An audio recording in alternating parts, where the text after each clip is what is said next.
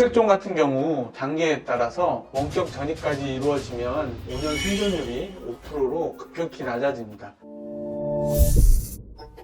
네, 원장님 안녕하세요. 안녕하세요. 이번에 제 지인이 몸에 점이 생겨서 빼러 갔는데 알고 보니까 이게 피부암이었다고 하더라고요. 진짜 점처럼 보이는 피부암이 있나요? 우리가 보통 흑색종이라고 하는데 마치 점처럼 생겼습니다. 물론 몸에 있는 점들이 전부 흑색종은 아니죠. 육안으로 구분할 수 있는데 조금이라도 의심이 되면 대학병원에 의뢰를 해보는 게 좋습니다. 최근 발생 빈도가 10년 사이에 2배 정도 증가되었다고 합니다.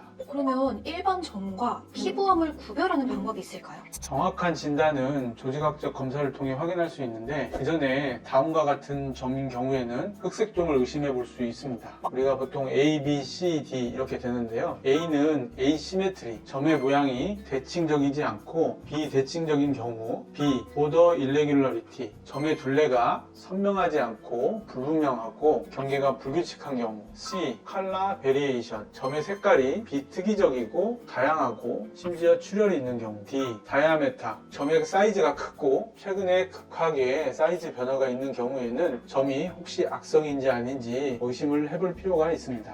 그렇군요. 그렇다면 흑색종은 주로 어떤 부위에 많이 생기나요? 일반적으로 모양, 발생 양상, 분포 등의 특성에 따라 4가지 임상 조직학적 A형으로 분류하는데 보통 악성 흑색종은 60에서 70대 노인의 얼굴, 특히 코와 뺨에 잘 발생하고 표제 확산 흑색종이라고 하는 건 남자에서는 등의 윗부분, 여자에게는 정강이가 호발 부위입니다. 말단 흑색종이라고 하는 건 손바닥, 발바닥에 생기며 특히 발가락이나 손가락에 말단에 잘 생깁니다.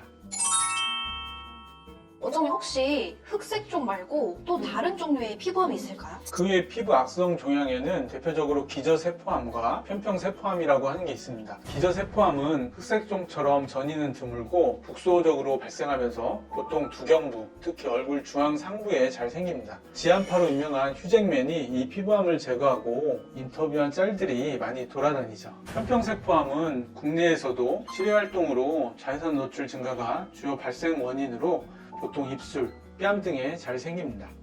피부암이 생기기 전에 전조 증상 이런 게 있을까요? 흑색종은 특별한 자각 증상 없이 평범한 검은 반점으로 보이므로 위에 말씀드린 유광 관찰도 매우 중요하고 검은 점이 새로 생긴다든지 이미 있던 색소 모반의 모양, 크기, 색조가 변하거나 가렵거나 따가움 또는 통증이 생기거나 출혈, 궤양, 딱지 형성 같은 변화를 보이면 의심해 봐야 합니다.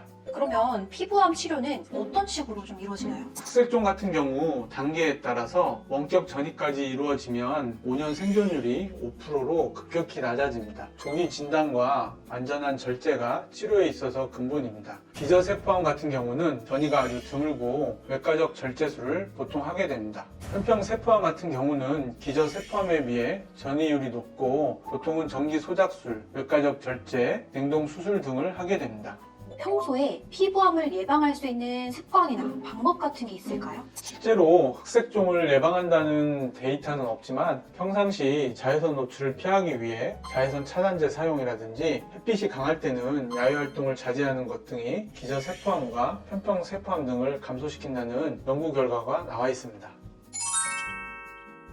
마지막으로 이 영상을 보고 계실 시청자분들께 한 말씀 부탁드립니다. 우리나라에서는 선단 흑자성 흑색종이 흔한데 손바닥, 발바닥, 손가락 끝 혹은 손 발톱이나 주위에 불규칙한 흑색반이 퍼지고 있으면 빨리 대학병원에서 조직검사를 해보시기 바랍니다. 영상이 도움이 되셨다면 주변에 많은 공유 부탁드립니다.